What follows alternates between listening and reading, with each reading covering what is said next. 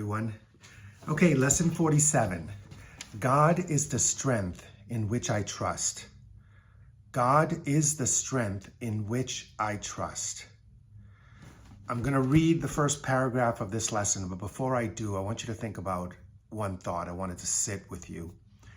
And the thought is, there is a place deep inside you where there is perfect peace.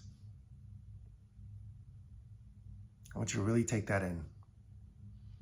Amidst all of the distractions in life, all of the illusions, the fears, the doubts, the guilt, the anxieties, the convictions, the beliefs that things must be our way, amidst the belief that we can make things happen, that if we will it, it will come. Amidst all of that, there is a place deep inside you where there is perfect peace. Now, in this lesson, it starts with a bit of a slap in the face because, in a sense, or a wake-up call, really. Slap in the face is probably not a great way to put it. A wake-up call. And this is how it articulates it. It challenges this belief that somehow you can do anything without the strength of God. If you are trusting in your own strength, you have every reason to be apprehensive, anxious, and fearful. What can you predict or control? What is there in you that can be counted on? What would give you the ability to be aware of all the facets of any problem, every single facet, every angle to solve the problem, to resolve them in such a way that only good can come of it? What is there in you that gives you the recognition of the right solution and the guarantee that it will be accomplished? Of yourself, you can do none of these things. However, there is a strength that belongs to you. You've inherited because you exist. You inherited because you were created. And that strength animates all things. That's the strength of God. And what this lesson is saying is, trust only in that.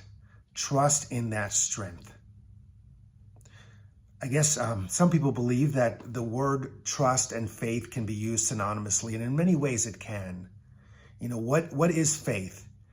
Or at least in Scripture, faith is the conviction of things unseen and the assurance of things hoped for. The conviction. What is conviction? Conviction is a strong belief, a belief that's unshakable.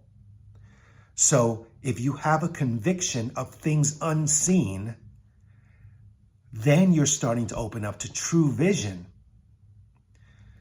If your conviction is on things that are seen, the things that you are making, the images that you are creating, the way you are interpreting everything, if that's your conviction, then you have no room to have conviction or faith for things that are unseen. It's one or the other.